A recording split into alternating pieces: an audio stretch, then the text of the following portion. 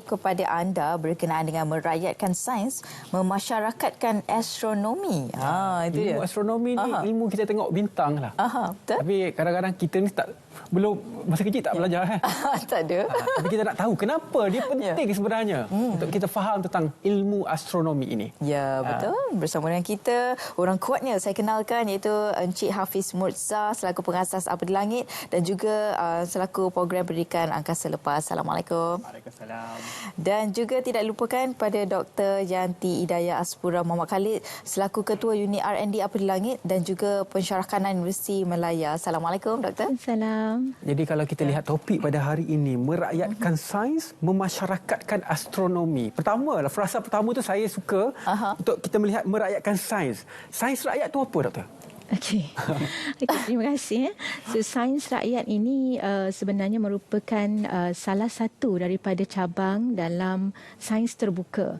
Ya, sains rakyat ini lebih merupakan satu kolaborasi di antara masyarakat ataupun kita katakan saintis amatur bersama dengan saintis, ya, ahli saintis dalam melaksanakan satu proses penyelidikan saintifik atau dengan bahasa mudahnya kita katakan the involvement ataupun di mana masyarakat itu menyertai bersama saintis dalam menjalankan kajian saintifik mereka.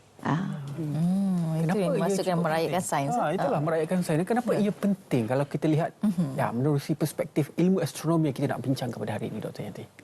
Okey, ia penting kerana ia akan membudayakan sebenarnya sains ini di kalangan masyarakat kita. Ya? Dan yang keduanya, menjadikan masyarakat kita ni merupakan masyarakat yang mempunyai literasi sains ataupun celik sains. Ini yang kita cuba lahirkan daripada sains rakyat ini. Baik, Encik Hafiz, bagaimana sebenarnya Apa di Langit dapat menarik minat masyarakat dengan sains melalui sains masyarakat itu sendiri? Baik, terima kasih Safia. Terima kasih. Jadi kita tahu Apa di Langit menganjurkan program-program pendidikan tentang langit, jadi astronomi. Dan langit ini sangat dekat dengan kita. Rata-rata masyarakat suka dengan langit kerana di mana-mana kita dapati isu-isu berkaitan dengan langit menjadi tumpuan hangat. Betul. Jadi satu perkara yang penting bagi Apa di Langit ialah bagaimana melibatkan masyarakat dalam kajian sebenar. Kita nak mengelakkan hoax ataupun maklumat yang tidak tepat. Apabila mereka terlibat dengan sains dan menyumbang dalam data-data sains itu, mereka faham cara fikir saintifik, mereka akan menyumbang dalam penemuan dan juga macam mana yang Dr. maklumkan tadi, literasi sains itu berlaku. Kita tahu negara kita menghala ke arah negara sains dan ingin melahirkan pemikir-pemikir dalam bidang sains. Cara fikir saintifik sangat-sangat penting. Tapi yang menarik tentang Apa di Langit adalah program-program yang dijalankan adalah program-program berbentuk yang sangat dekat dengan masyarakat, terutamanya golongan kanak-kanak. Ada satu pertandingan yang saya sempat dulu adalah satu pertandingan sempena dengan pelancaran Mesat 3D pada 23 Jun yang lalu. Itu adalah pertandingan untuk kanak-kanak. Ya, betul. Jadi bagaimanakah ilmu-ilmu sains begini? Kalau kita sebut saintis ini macam doktor lah. Itu kita boleh jadi saintis kan? Bagaimana untuk menerapkan minat kepada anak-anak sedari kecil ini tentang ilmu astronomi dan juga ilmu untuk menjadi saintis itu sendiri melalui Apa di Langit, program Apa di Langit? Baik, Hafiz. Dalam erti kata orang kata apa, merakyatkan sains, memasyarakatkan astronomi, kami Apa di Langit melihat stereotip. Bila kita cakap pasal sains, astronomi, dia kelihatan begitu elit. Kalau sains kena pakai lab coat, betul. Betul rambut dia, ya Allah, dia macam sains kan. Begitu. Jadi dia memberi gambaran bahawasanya sains satu bidang yang bosan.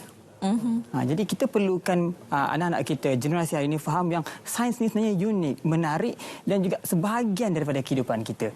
Jadi bagaimana kami mendekati masyarakat adalah dengan membawakan apakah aktiviti yang bersesuaian dengan umur mereka supaya mereka dapat lihat beginilah caranya sebenarnya saintis bekerja. Mereka manusia biasa, cuma cara fikir mereka tersusun untuk menemukan satu penemuan.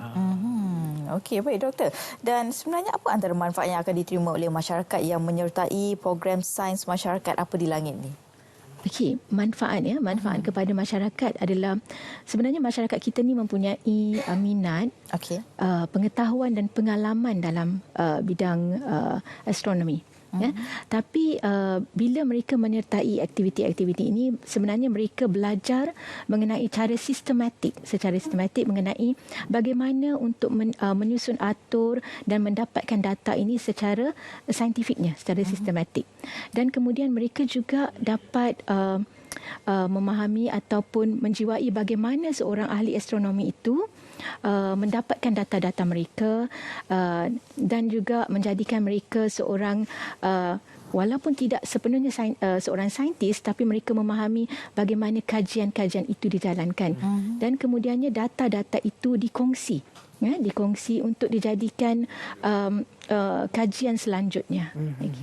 Okey, Hafiz, sekarang selain daripada pertandingan mencipta satelit dulu, apa lagi pertandingan-pertandingan lain ataupun aktiviti-aktiviti lain untuk memasyarakatkan ilmu astronomi ini? Okey, kata Indra Herata, langit adalah kitab yang terbuka. Langit adalah makmal yang terbesar yang mudah dicapai oleh semua masyarakat.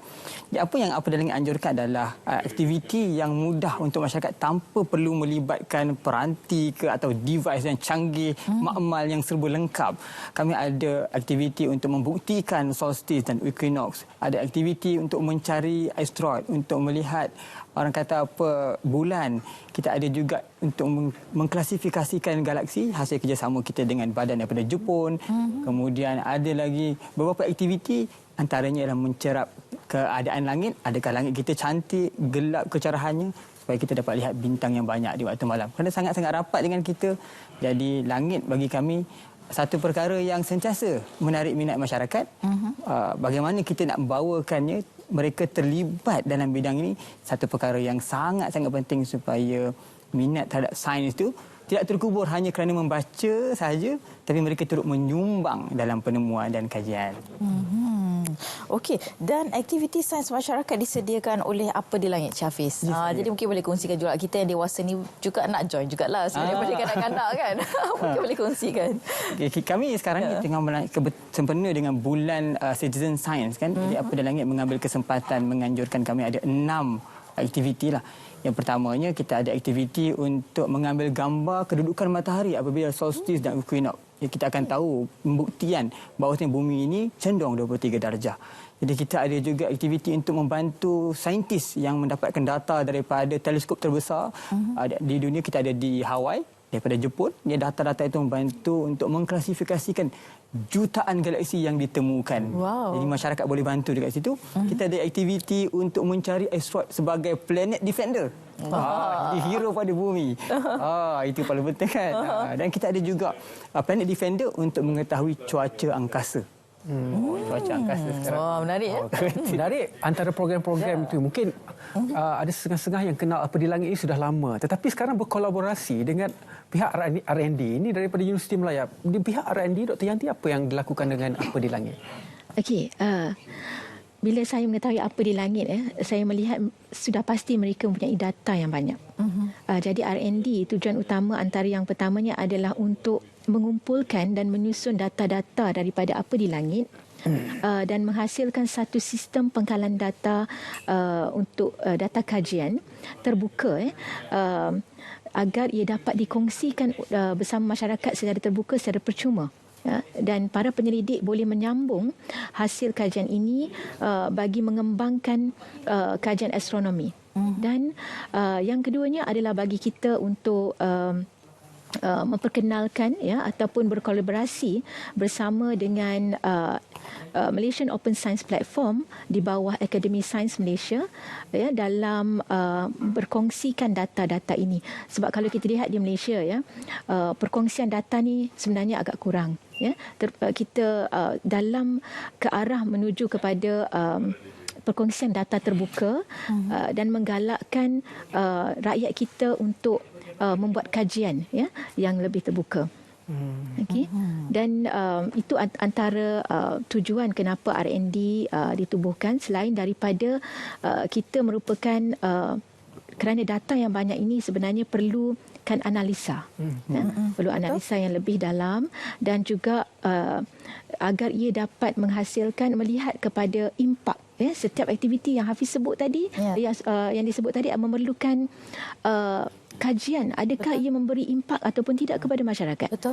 Disebabkan kerana itu kita memerlukan R&D bagi menilai sama ada ia memberi kesan kepada masyarakat ataupun tidak. Baik. Dan Cik Hafiz, bagaimana sekiranya para penonton ingin mengetahui lebih lanjut lagi berkenaan dengan program-program yang diajukan oleh Apa di Langit itu sendiri, dan juga bagaimana sekiranya mereka ingin menyertai? Baik. Jadi kami mengalu-alukan masyarakat semua untuk bersama dengan Apa di Langit dalam menyertai program sains masyarakat. Jadi mudah saja sebenarnya kalau nak mengetahui aktiviti-aktiviti program sains masyarakat kami, terus ke apadilangit.com. Cari di sana kita akan ada detail tentang aktiviti-aktiviti yang ada. Memang sangat mudah, kami ada di semua social media, termasuk juga dengan TikTok.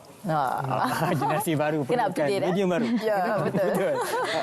Kita nak bersama dengan generasi baru, kita kena berada dalam medium baru. Betul. Ini sedikit harapan daripada doktor bekerjasama dengan Apa di Langit ini dari segi data, sains dan mewujudkan saintis-saintis baru ni, doktor.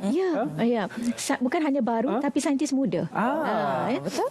Itu yang kita nak, dan ia terbuka kepada masyarakat tanpa melihat kepada siapa mereka, latar belakang mereka, dan juga tanpa melihat kepada level of education. Maknanya kita sebab kita kata astronomi elite, hanya untuk orang tertentu. Tidak.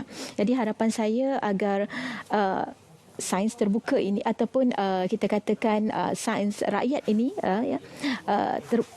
diterima oleh masyarakat, itu yang paling utama. Itu yang paling utama. Dan saya kira itulah antara usaha yang dilakukan oleh Apa di Langit, dikembangkan lagi dengan R&D. Terima kasih banyak-banyak kepada Hafiz Muza dan juga Dr. Yanti Idayah Aspura Muhammad Khalid, Ketua Unit R&D Apa di Langit Pensyarakanan Universiti Malaya. Terima kasih banyak-banyak kepada